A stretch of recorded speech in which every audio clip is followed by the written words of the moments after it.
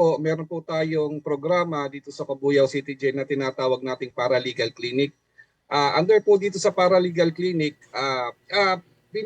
ini-interview natin o ina-assess natin bawat PDL na nakakulong dito sa aming piitan para malaman po namin kung ano na po ang status ng kanilang kaso. Sa pamamagitan po nito, maiiwasan po natin yung tinatawag nating overstaying among sa ating mga PDL.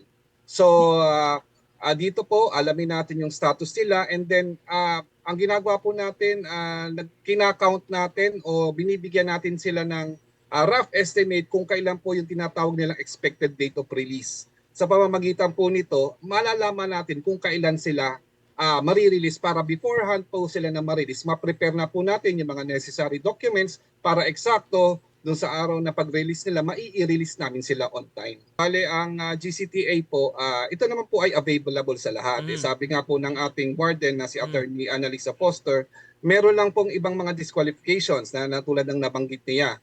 Pero aside from that disqualification, maaari din pong hindi mabigyan ng GCTA ang isang PDL kung halimbawa po siya ay nakagawa ng violation sa ating jail o hindi siya naging mabuting PDL sa loob ng piitan.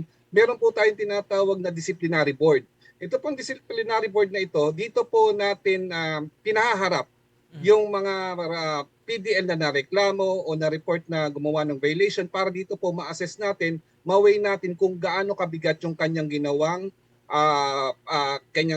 violation. Kasi po meron po tayong mga karampatan na kumbaga degree o kalampatang bilang kung ano po yung maaaring mawala sa kanyang GCTA. Kung halimbawa po light offense lang siya, maaari pong hanggang 3 months ng GCTA mawala sa kanya. Kung medyo mabigat yung offense niya, maaari pong hanggang 1 taon ang mawalang GCTA sa kanya.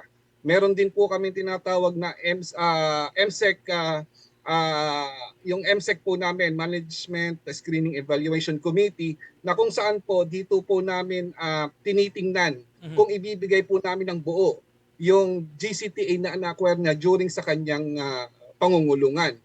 Gaya po ng nabanggit ko nga sa disciplinary board, dito po sa MSEC, dito po natin na i-weigh, dito po natin makikita kung nagkaroon siya ng violation, at sa mismong MSEC po, dito po namin i-deduct yung nawalang GCTA sa kanya o yung penalty binigay sa kanya na pagbawi ng GCTA depende sa bigat ng ginawa niyang violation.